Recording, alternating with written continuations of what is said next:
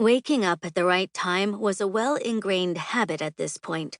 I woke up, stretched, and looked around my room. I moved back with my parents a year ago because why not?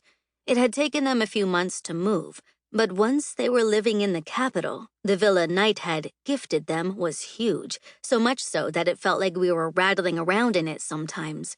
It would have been a waste not to live there. We were, more like I was, able to afford to pay someone to help clean the whole place, and it was most certainly a full-time job. Mom really, really appreciated the help.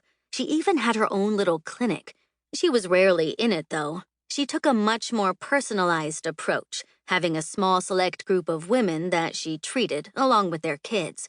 Having a house in the fancy part of town meant that all of our neighbors were also fancy and rich, giving us automatic social standing, and made up the majority of her clients. I didn't begrudge her the choice. We all had different priorities. She was healing, she was putting her skills to good use, and she was busy living her best life. Dad had originally wanted to become one of the guards that worked at Ranger HQ, but I shamelessly put my foot down on it. No way was he going to be a regular at my work. That would just be way too weird and awkward. Dad saluting me as I went to work? Daily? Nope, nope, nope. There was some minor potential for grift, corruption, and general nepotism that I wanted to get ahead of to boot. I would never participate, but there was no telling what happened in the background. I wanted no part of it, and the doors were firmly barred. Having a sentinel as a kid opened doors for him everywhere, though. There was no denying it. He managed to end up as a member of the Praetorian Guard, the elites defending the Senate, which was extra cushy because the biggest threat to the Senate were loiterers.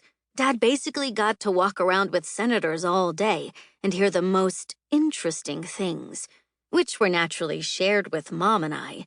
As the Senate saw it, Dad was simply keeping things in the family and sharing it with women to boot. Whatever. Everyone talked to their spouse. Who cared? I was a frequent visitor, teacher really, to Artemis's School of Sorcery and Spellcraft, as was Julius. I had some sneaking suspicions why Julius was a constant visitor there, but nothing confirmed. I had absolutely no problems letting Julius know the gossip I'd overheard, which inadvertently gave the Ranger half of Ranger Command a very good look into the current inner workings of the Senate. Sure, we were their minions. Sure, we had 2 senators on the Ranger Command directly. Didn't mean they always talked with us and let us know everything that was going on. Master Spy Elaine totally tripped right into the role. Not like I was passing anything super secret or confidential, but Julius seemed to find it interesting, and Knight had blessed the activity and didn't try to find me anything else to do, apart from the marketplace healing. The Pastos incident had been over a year ago, and nobody was letting me forget it. I was entirely unrepentant. I'd do it again in a heartbeat. Either way, the less that was said about Pastos, the better.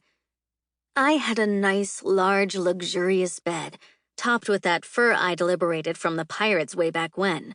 Forbidden fruit tasted the sweetest, and I slept extra well on it. My gear was on an armor stand, along with everything needed to maintain it. I semi-regularly brought it to the quartermaster, especially when it was damaged. But being my gear, it was my responsibility. It was my life on the line if something went wrong. Wasn't about to take a risk over something so minor, not when all it took to fix was time.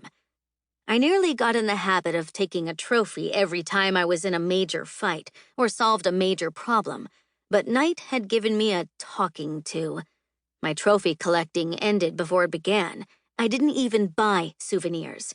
After Knight's little talking to, I didn't even want a sniff of suspicion that I was doing anything uncouth. Nope, nuh-uh. No way. After all was said and done, I was paid really well, and my living expenses were fairly minimal. Not only was everything I needed provided for, apart from extra clothes and food, but I was making serious money at the marketplace. To keep listening to this audiobook, I've left you a link in the description so you can do it, at no cost thanks to Audible's 30-day free trial.